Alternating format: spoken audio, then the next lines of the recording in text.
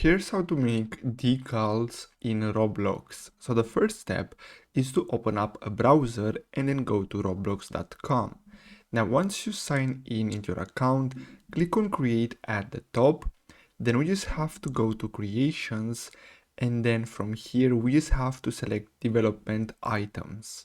Then click on decals here, and then we just have to click on upload asset. From here, we can simply upload our image, so we can click on uploads.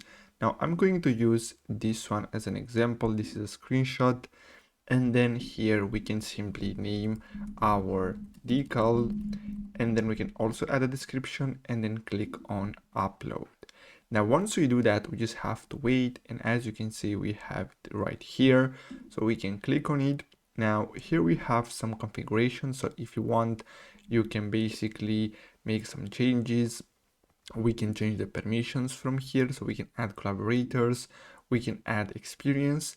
But what we can do also is that we can take this ID at the top, so you're gonna find it at the top, this number, and we can use it in Roblox Studio. So basically that's all for today's video. Thanks for watching.